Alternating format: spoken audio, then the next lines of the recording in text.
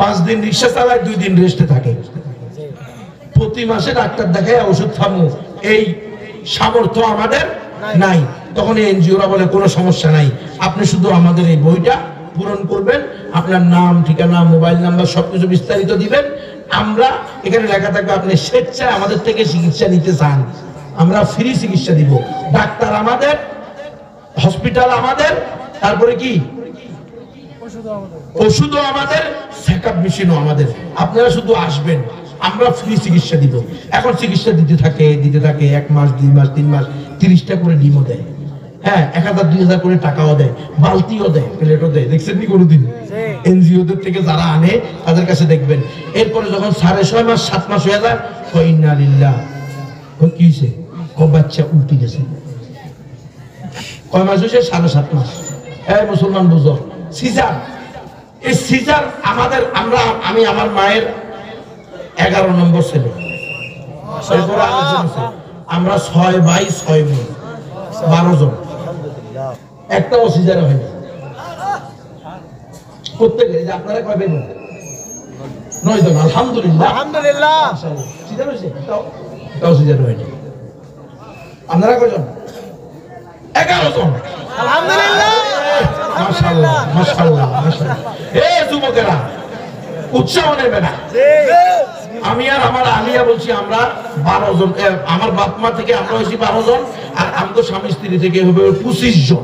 আলহামদুলিল্লাহ, mission target 2030, 2040 আসতে থাকবে, নিষেধ নাই। আল্লাহর কাছে দোয়া করি যে আল্লাহ জোড়া জোড়া দাও ইনশাআল্লাহ। সমস্যা কি? দেওয়ার মালিক কে? আল্লাহ। খাওয়ানোর মালিক কে? আল্লাহ। মানুষ করার মালিক কে? আল্লাহ। নরমালে দেওয়ার মালিক কে? আল্লাহ। তো সমস্যা বাচ্চাই তো সমস্যা কোথায়? আল্লাহ বলছে ওয়ালা তাকতুলু আওলাদাকুম খাশিয়াতা ইমলাক, দারিদ্রতার ভয়ে সন্তান হত্যা করিও না। নাহনু নারযুকুহুম ওয়া ইয়্যাকুম, সন্তানের উসিলায় কখনো বাপ মারে খাওয়াই, কখনো বাপ মার উসিলায় সন্তানের খাওয়াই। খাওয়ানোর মালিক কে? আল্লাহ। এগুলো তো উসিলা, এগুলো আজকে আছে কালকে নাই, ঠিক না রে? কোন কোন এতিম বাচ্চাও বড় হইতেছে কি হইতেছে না, আবার কোন কোন বাপ মায়ের সন্তান ইয়াবা খোর হইতেছে কি হইতেছে না।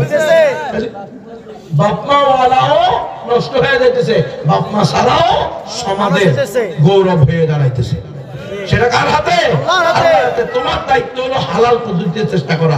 7.5 মাস পরে কয় উল্টে গেছে, কিন্তু 7.5 মাস পরে এটা উল্টিব, সমস্যা কি? এটা তো দুনিয়াতে আসার টাইম হলো 10.5 মাস পরে। তোমাকে যদি একটা খাট দেওয়া হয় 7 ফুট বাই 5 ফুট, তুমি তো এটাকে কয়েক ঘন্টার মধ্যে এই মাথা থেকে ওই মাথা,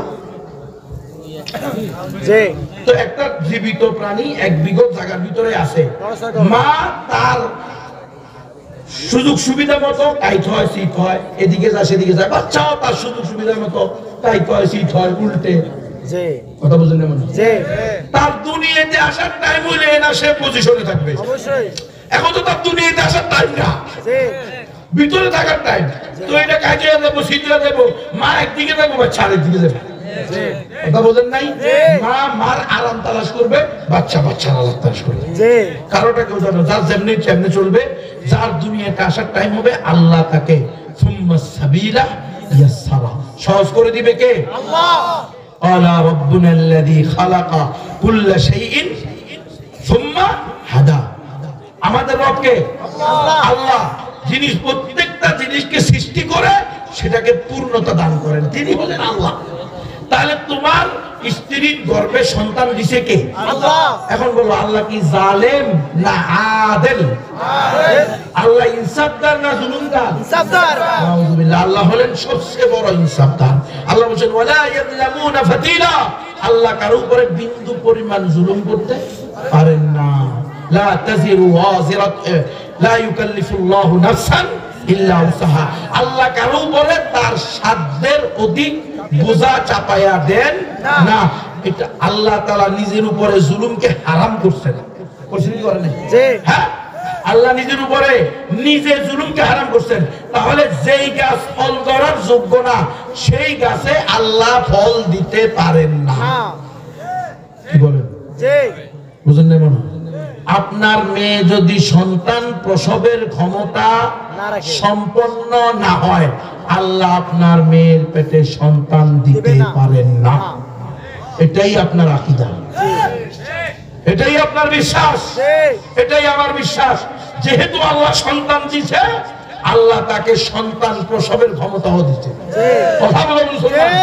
এখন তুমি যদি বলো যে না আমার মেয়ে প্রসব করতে পারবে না, সম্ভব না, তাহলে ঘুরাইয়া পেঁচাইয়া আল্লাহকে জালেম বলবে।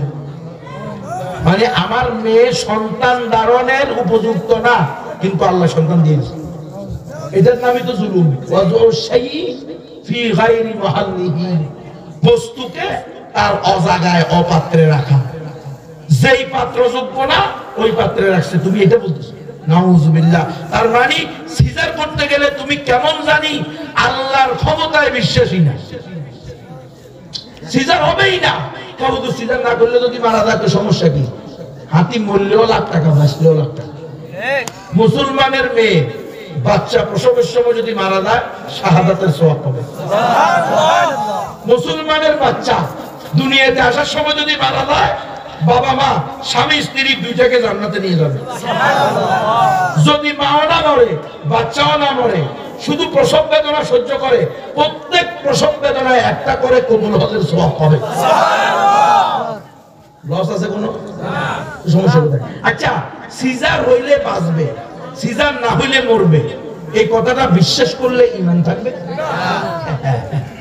বুঝনি ভাই?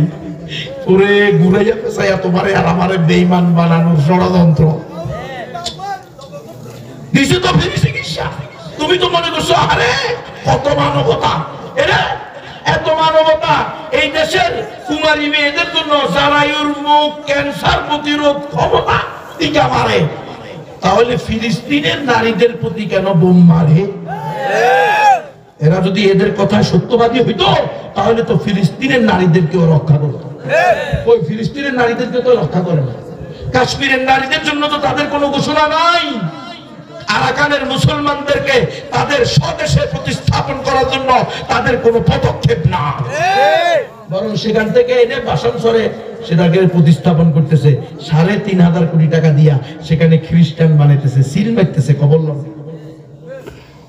এই বাসানসর খ্রিস্টান রাষ্ট্র বানাবে। ওই যে পার্বত্য চট্টগ্রাম, সেন্ট মার্টিন, বাসানসর, এরপরে সেভেন সিস্টার, আর হলো আরাকান। ওই যে বলতেছে না বাংলাদেশের পাশে নতুন দেশের আবির্ভাব হইতেছে, এই নতুন দেশ বাংলাদেশের অংশ সহ। আমি এটা আরো 15 বছর আগ থেকে বলতেছি, মেরে ভাই ও দোস্ত বুঝুর্গ, এটার কারণে আমার লটকাইয়া কারেন্টের শর্ট দিয়া 10 দিন ঘুম রেখে বিটেছে। বুঝেননি আপনারা কি চলতেছে দেশে? পার্বত্য চট্টগ্রাম, সেন্ট মার্টিন, কুয়াকাটা, সরি ভাসানচর, ঠেঙ্গাচর যেটাকে বলে, এই যে নোয়াখালী, যেখানে রোহিঙ্গাদেরকে নিয়ে গেছে, ওখানে ওই সকল রোহিঙ্গাদেরকে নিয়ে গেছে যারা খ্রিস্টান হইছে অথবা অদূর ভবিষ্যতে হবে, সম্ভাবনাময় খ্রিস্টান। এটা আমি বাহির থেকেও রিপোর্ট পাইছি, জেলখানায় গেছি, সেখানে রোহিঙ্গা জেলখানা পাইছি, চিটাঙ্গের জেলখানা অনেক রোহিঙ্গারা পাইছি, তারাও বলছে শেখ ওখানে সিল মারে। যারা সিল মারা খ্রিস্টান হয় তাদের জন্য ওখানেও নিরাপদ জোন আছে, এখানে আর কেউ ঢুকতে পারবে না, কেউ যাইতে পারবে না, এখানে শুধু ওরা থাকবে। এটা এই প্রক্রিয়া টেকনাফের মধ্যেও আছে, রোহিঙ্গা ক্যাম্পগুলোর ভিতরে, ভাসানচরেও আবার করছে। পুরা ভয়ঙ্কর পরিণতি হবে আপনার আর আমার। এই পার্বত্য চট্টগ্রাম সহ পুরা আলাদা রাষ্ট্র বানায় দিতেছে। এখানে কে? ওদিক দিয়ে পূর্ব তিমুর বানাইছে, পূর্ব তিমুরের রাষ্ট্রপ্রধান বাংলাদেশে আইছে। নতুন সরকারের আমলে বহির্বিশ্বের রাষ্ট্রপ্রধানের আগমন, কি মজা। কিন্তু কোন দেশেরটা আসছে, কেন আসছে? ওই দেশেরটা আসলো না, আরো কত দেশ আছে সেটা আসলো না। কা মিলাস না, কা আকল নাই? আফালা ইয়াকিলুন আফালা ইয়াতাফাক্কারুন আফালা ইয়াফহামুন? একটু চিন্তা করবেন তো আপনি। মাল্লাম ইয়ারিফ আলা জামানিহি ফাহুয়া জাহিলুন।